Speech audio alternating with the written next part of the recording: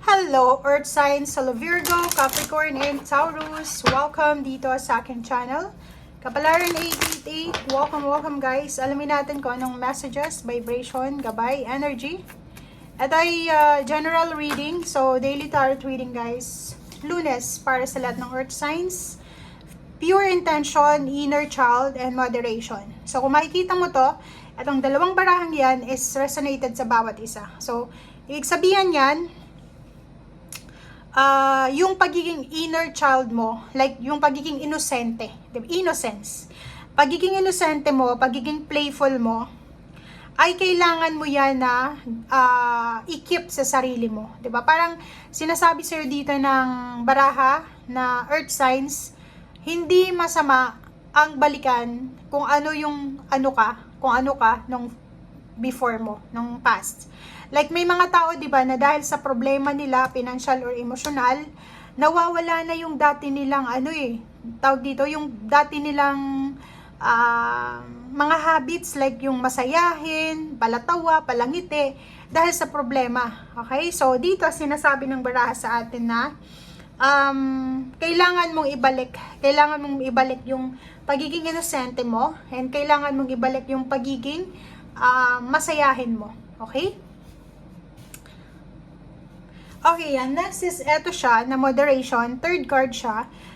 Tinatanong ka ng barahang ito if there is something na kailangan mong i-moderate sa buhay mo. Diba? Like for example, kailangan mong maging healthy, mindful eating, diba? Yung mga habits natin, bisyo, or kano pa man. So, ikaw lang yung makakasagot niyan ngayon. So, tanungin mo yung sarili mo sa araw na ito if may mga bagay-bagay ba na kailangan kong baguhin?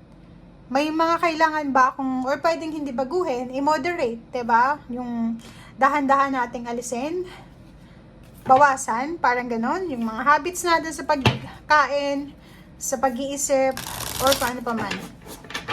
Okay?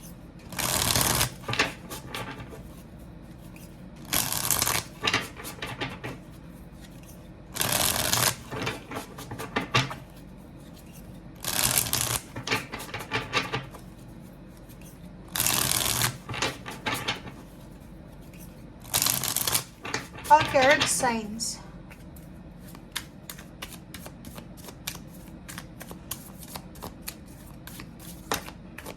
Okay, Judgment. So, yun. Resonated siya dito.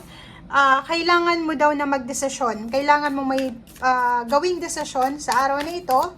Siguro, medyo pumapayat ka or tumataba or nasusobrang ka siguro sa pagkain, sa bisyo, sa negativity, sa environment mo na hindi na healthy, parang ganun. So, kailangan mo daw na magdesisyon sa araw na ito para bawasan kung ano yung sobra-sobra sa buhay natin.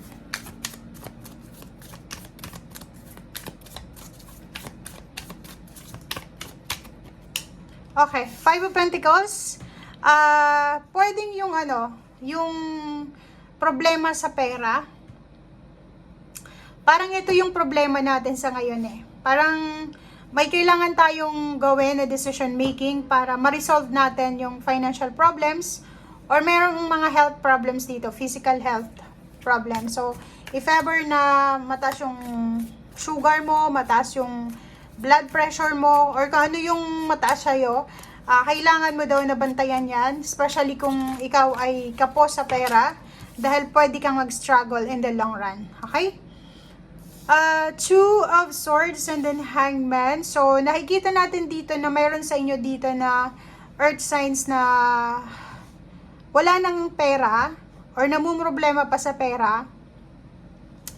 Tapos, confused pa sila. 'Di ba? Confused sila, hindi sila makapag-isip ng tama. Yung mga plano nila ay hindi natutuloy or yung pangarap nila ay pwedeng hindi matuloy. So, if ever na for example, yung expectation ng mga tao sa'yo, pwedeng hindi mangyari yon. So, etong nakikita natin, sinasabi ng barahan na kailangan mo dito siguro ng suporta. Kasi feeling ko, walang support system. Kulang ka sa support system. Okay.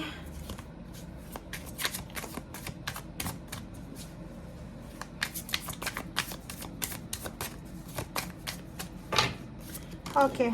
Sabi ko na eh.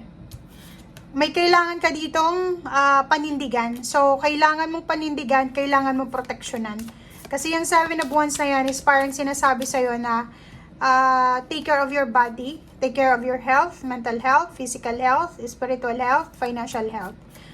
Take care of your position, kung maganda yung position mo sa trabaho. Take care of your relationship, of your money, or kung ano man yan na kailangan mong alagaan. So, may kailangan ka ditong alagaan, guys. Okay, alagaan nyo, magic, and reverse na 4 of Pentacles. So, yun.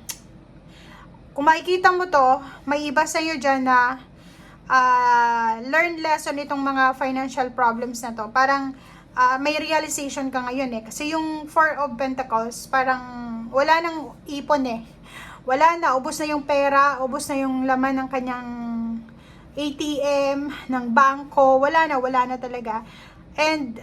But mayroon ditong magic na sinasabi ng barahan na kahit wala ka ng pera sa ngayon, kahit wala kang parang resources, walang support system, ang magician na to is nagsasabi sa'yo na meron ka na strength, meron kang kakayahan na hindi mo pa nade-discover, na pwede mong gawing trabaho or pwede mong magamit as new source of income. Parang ganun. Comment down below, guys.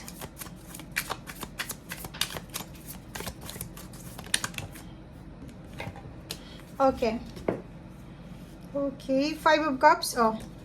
Kung makikita mo dito, sinasabi ng barahan na may choice ka. Dalawa yung choices natin.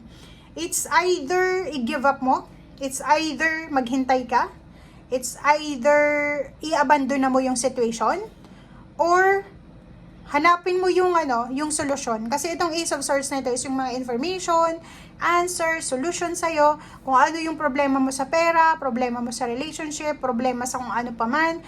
Dalawa yung pwedeng options mo dito. It's either maghintay na matapos itong problemang ito, maghintay lang tayo, parang maghintay sa wala. Wala tayong gagawin, kundi maupo lang, wala, matulog lang, parang ganon. But dito sa second card is Ace of Swords, hanapin daw natin. Search for the answer. And hanapin daw natin kung saan yung clarity. Hanapin din natin kung, alamin din natin kung ano yung gagawin natin or magagawa natin.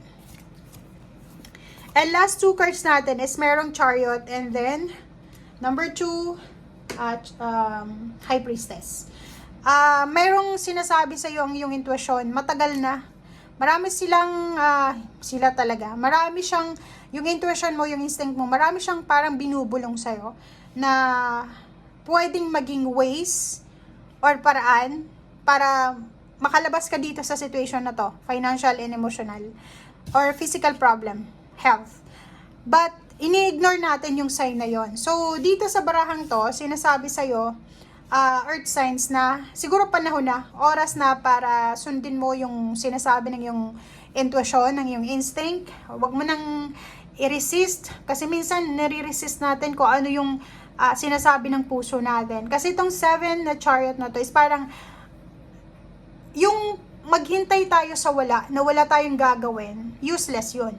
Pero kung habang naghihintay tayo, kung kailan matatapos itong bagyo sa buhay natin, then maghahanap tayo ng solusyon, maganda yung result nito. Okay, so may success dito, victory and success, may progress na parating. So, yun na nga, dito ka dapat sa Ace of Swords, dito ka dapat sa solusyon. Hanapin mo yung solusyon, hanapin mo yung daan palabas dito sa stagnation na to. Okay, thank you guys. Bye!